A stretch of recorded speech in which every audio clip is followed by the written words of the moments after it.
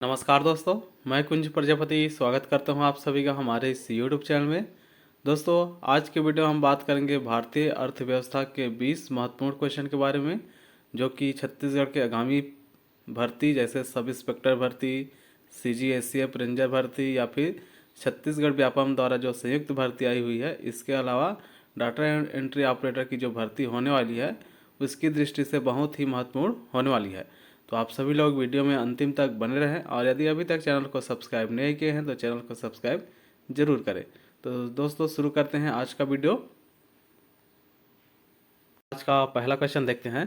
Question है, भारतीय अर्थव्यवस्था की प्रकृति कैसी है?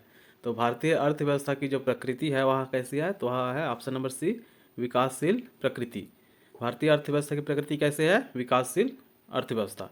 क्वेश्चन नंबर दूसरा है, अर्थव्यवस्था के द्वितीय क्षेत्र में क्या शामिल नहीं है? ऑप्शन नंबर ए है खनन एवं उत्खनन, बी विनिर्माण, सी विद्युत गैस या फिर डी निर्माण कार्य। तो अर्थव्यवस्था के जो द्वितीय क्षेत्र है उसके अंतर्गत आता है, उसके अंतर्गत शामिल नहीं होता वह है खनन एवं उत्खनन। बाकी जो विनिर्माण है, विद्युत गैस है, निर्माण है, या क्या है, द्वितीय क्षेत्र के अंतर्गत आते हैं, जबकि खनन एवं उत्खनन जो है वह द्वितीय क्षेत्र के अंतर्गत नहीं आती। यदि इसकी बात करें कौन से क्षेत्र के अंतर्गत आती है, तो जो खनन एवं उत्खनन होता है वह आता है प्राथमिक क्षेत्र के अंतर्गत। और प्राथमिक क्षेत्र के अंतर्गत और कौन कौन से आते हैं? उसमें आता है कृषि, वानिकी, पशुपालन, मत्स्य पालन, मुर्गी पालन, ये सब किस में आता है? प्राथमिक क्षेत्र में। जबकि द्वितीय क्षेत्र की बात करें तो इसके अंतर्गत आता है उद्योग, विनिर्माण, विद्युत गैस, निर्माण संबंधित कार्य, ये सब किस में आते हैं? द्वितीय क्षेत्र में। जबकि इसकी तृतीय क्षेत्र की बात करें तो तृतीय क्षेत्र में आता है व्यापार, परिवहन, संचार, ये सब चीज़ किस में आती है?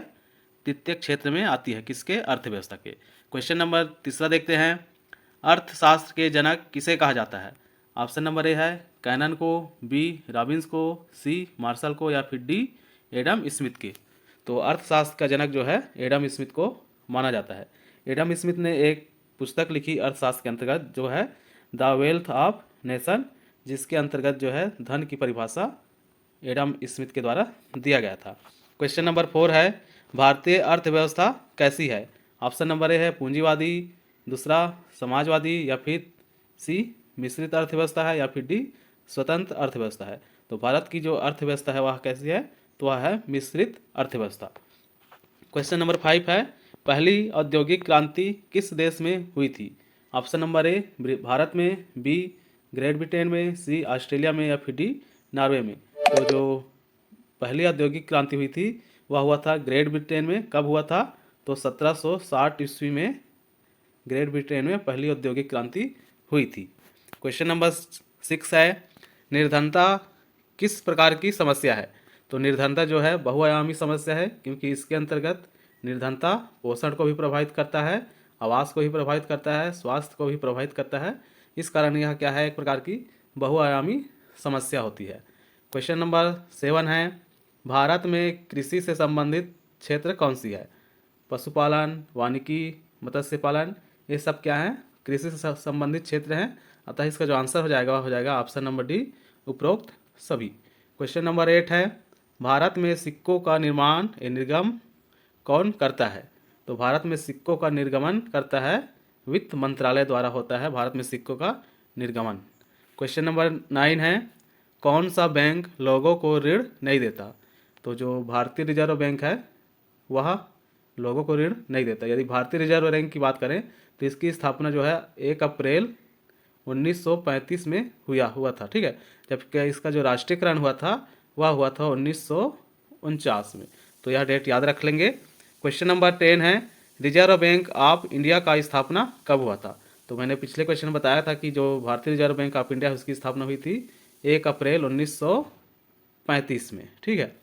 क्वेश्चन नंबर 11 देखते हैं, भारत में बड़े नोटों की विमुद्रीकरण का क्या लक्ष्य था? तो जो नोटों का विमुद्रीकरण किया गया था उसका लक्ष्य था काला धन को समाप्त करना, जाली मुद्रा को बाहर करना और साथ ही साथ डिजिटल भुगतान को बढ़ावा देना। अतः ये तीनों क्या है? इसका लक्ष्य था विमुद्रीकरण का, ठीक है। क्वेश्चन नंबर 12 है, भारत के प्रतीक चिन्ह आर, जो रुपये का चिन्ह होता है, को किसने तैयार किया था? तो इसको तैयार किया गया था उदय कुमार के द्वारा तैयार किया गया था। Option number A.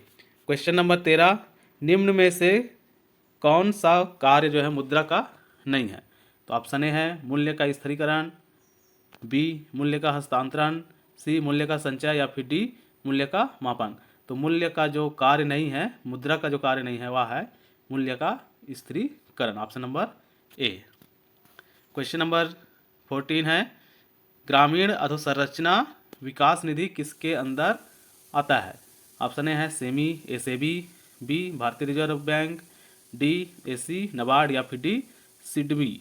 तो जो ग्रामीण अधोसंरचना विकास निधि है वह नाबार्ड के अंतर्गत आता है। Option number C. और नाबार्ड के यदि पूरा नाम बोले तो इसको कहते हैं national bank for agriculture and rural development.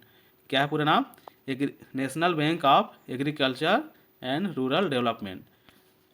और इसकी जो स्थापना की बात की जाए नाबार्ड की, तो वह हुआ था 12 जुलाई 1982 में नाबार्ड की स्थापना हुई थी। और इसका जो मुख्यालय है वह है मुंबई में। ठीक, मुंबई में इसका मुख्यालय है किसका? नाबार्ड का। क्वेश्चन नंबर 15 है, भारतीय रिजर्व बैंक का राष्ट्रीयकरण कब हुआ था? तो जो रिजर्व बैंक है उसका राष्ट्रीयकरण हुआ था 1949 में। ठीक है, 1949 में रिजर्व बैंक का क्या हुआ था? राष्ट्रीयकरण हुआ था। क्वेश्चन नंबर 16 है, अर्थशास्त्र को सीमितता या फिर दुर्लभता किसने कहा था? तो इसको कहा था रॉबिन्स ने कहा था कि जो अर्थशास्त्र होता है वह सीमितता या फिर दुर्लभता का विज्ञान है। ठीक है। क्वेश्चन नंबर 17 है, वर्तमान समय में भारत में कौन सी प्रकार की बेरोजगारी की समस्या बढ़ी है? तो वर्तमान समस्या में जो भारत में बेरोजगारी की समस्या है वह है शिक्षित बेरोजगारी। ऑप्शन नंबर सी, शिक्षित बेरोजगारी की समस्या वर्तमान में भारत में बढ़ी हुई है। क्वेश्चन नंबर 18 है, भारत की राष्ट्रीय आय का मूल्य बहुत बड़ा हिस्सा किस क्षेत्र से आता है? तो कौन सा है? तो निजी क्षेत्र। ठीक है, निजी क्षेत्र से भारत की राष्ट्रीय आय जो है उसका बहुत बड़ा हिस्सा भारत में आता है। क्वेश्चन नंबर 19 है, भारत में सकल घरेलू उत्पाद का मुख्य स्रोत क्या है?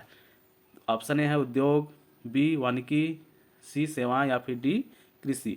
तो जो भारत में सकल घरेलू उत्पाद का जो मुख्य स्रोत है वह है सेवाएं। ऑप्शन नंबर सी, सेवाएं क्या है? सकल घरेलू उत्पाद का मुख्य स्रोत है। ठीक है।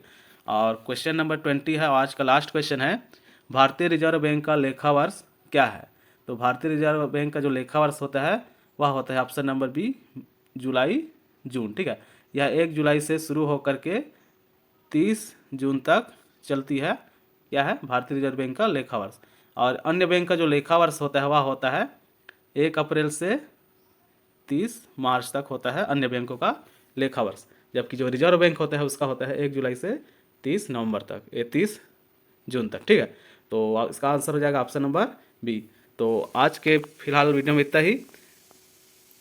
धन्यवाद।